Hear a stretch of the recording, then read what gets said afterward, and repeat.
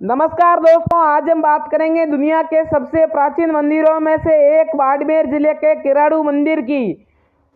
तो चैनल पर नए हो तो चैनल को सब्सक्राइब कर दीजिएगा, वीडियो अच्छा लगे तो लाइक कर दीजिएगा। आज मैं आपको किराड़ू से जुड़े सारे रहस्य और किराड़ू का सारा इतिहास बताऊंगा।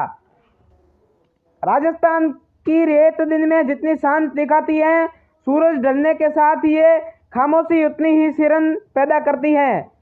ऐसी ही खामोशी को समेटे हैं राजस्थान का एक जिला बाड़मेर।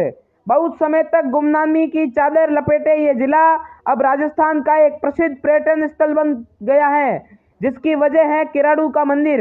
बाड़मेर में एक जगह है किराड़ू। किराड़ू के मंदिर अपने अद्भुत शिल्प सौंदर्य और एक अपने लोक प्रचलित श्राप के कथानक से आने वाले देशी विदेशी सैलानियों को न केवल स्तब्ध कर देते हैं, बल्कि उनके मन में प्राचीन भारतीय संस्कृति एवं सभ्यता के लिए कौतूहल भी जगाते हैं।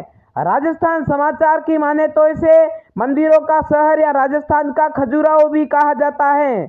किराड़ू मुख्यतः 5 मंदिरों की एक भव्य श्रृंखला है, जिसमें से एक भगवान विष्णु का है, बाकी भगवान शिव के हैं।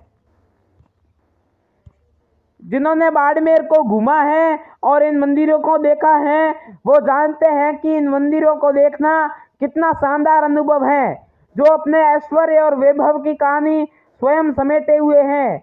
इससे पहले किराड़ कोट के नाम से ये प्रसिद्ध जगह मूलतः किराड़ वंश के राजपूतों द्वारा बसाई गई है।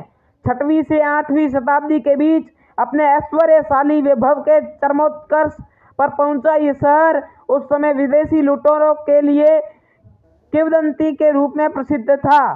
किराड़ू पर शासन करने वाले राजदूत दरअसल चालुक्य के सामंत थे। चालुक्य वंशीय राजाओं का शासन उस समय सौराष्ट्र और गुजरात क्षेत्र में था। यही वजह थे कि किराड़ू पर उस समय गुजराती संस्कृति की स्पष्ट छाप थी, जो आज भी दिखाई देती है। मंदिर में एक साधु ने श्राप दिया था, उसका भी मैं आपको विश्लेषण से बताऊंगा। 11वीं और 12वीं शताब्दी में किराड़ू की चमक फिर से चकाचौंध पैदा करती है, जब परमार वंशीय राजा सोमेश्वर ने किराड़ू की चौतरफा उन्नति के लिए असाधारण पुरुषार्थ दिखाया और किराड़ू के विपुल वैभव को इतिहास में समेटा। इतिहासकारों का कहना है कि इसके बाद 13वीं-14वीं शताब्दी में उन्मत्त तुर्क लुटेरों ने इस पूरे क्षेत्र को बहुत ही बर्बर तरीके से लूटा और रौंदा, लेकिन क्षेत्रीय लोगों की बातों पर विश्वास करें तो कहानी कुछ और ही नजर आती है। वो एक श्राप की बात करते हैं, एक ऐसा श्राप जिसने पूरे क्षेत्र को वीरान बना दिया। अनुश्रुति बताती है कि 12वीं शताब्दी के आसपास ही किसी समय एक ऋषि अपने शिष्य के साथ यहाँ आए। क्षेत्रीय लोगों ने उनका स्वागत सत्कार किया। कुछ समय बाद ऋषि अकेले क्षेत्र का अकेले ही भ्रमण करने निकले। उनके शिष्य गण वहीं ठहर गए। थोड़े समय बाद ही वहाँ एक भयंकर बीमारी का प्रकोप हुआ, जिससे उनके शिष्यों की हालत खराब हो गई। लेकिन किसी भी ग्रामवासी ने उनके शिष्यों की देखभाल या सेवा नहीं की, सिवाय एक कुम्हारिन के। उस बेचारी निर्धन वृद्धा से जितना बन पड़ा उसने किया। देव योग से वो ऋषि उसी समय वहां लौटे। वहां अपने शिष्यों को अत्यंत चिंताजनक स्थिति में देखकर अचंभित हुए, लेकिन स्थिति समझते उन्होंने देर नहीं लगी।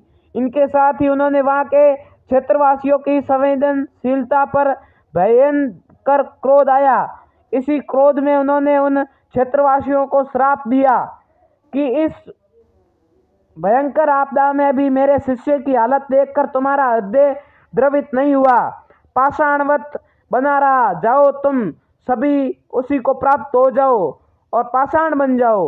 उसके बाद उन्होंने इस वृद्धा को भी आदेश दिया कि सूर्यास्त के पहले वो इस जगह को छोड़ दे, अन्यथा वो भी पाषाण प्रतिमा बन जाएगी। उन्होंने उसे ये निर्देश भी दिया कि जाते समय वो पलटकर या पीछे मुड़कर एक बार भी नहीं देखे, अन्यथा पछताएगी। भयवश वो वृद्धा तुरंत अपने घर की ओर भागी। ऋषि भी अपने शिष्य समेत वहां से लौट गए, लेकिन वो वृद्धा अपने सामान के साथ जब वो स्थान छोड़ने लगी तो उसके मन में ऋषि के श्राप के प्रति संदेह पैदा हुआ और उसे अपने उस स्थान के प्रति मोह भी उत्पन्न हुआ। और फिर उसने पलट कर पीछे देखा और तुरंत ही वो पाषाण प्रतिमा बन गई। बताते हैं कि पास के सिंहणी गांव में उसकी पाषाण प्रतिमा देखी भी जा सकती है। तब से वो श्राप आज भी प्रचलित हैं, जिससे आज भी कोई सूर्यास्त के बाद वहां रुकने की हिम्मत नहीं जुटा पाता।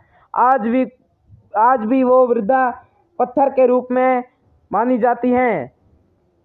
श्राप की कथा रहस्य प्रेमी पर्यटकों को आकर्षित करती है। वो उनमें उत्कंठा जागती है, आओ मुझे खोजो और इतिहास को महसूस करो। किंतु श्राप की कथा से इतर किराडू के मंदिर का वास्तु सौंदर्य और भव्यता अद्भुत है। देव निर्मित होने का आभास दिलाने वाली प्रतिमाएं, स्तंभ, मंडप और गर्भगृह न केवल इसे राजस्थान के खजुराहो की उपमा से संवारती हैं, बल्कि भारतवर्ष के गौरवशाली अतीत की भी झलकियां दिखाती है।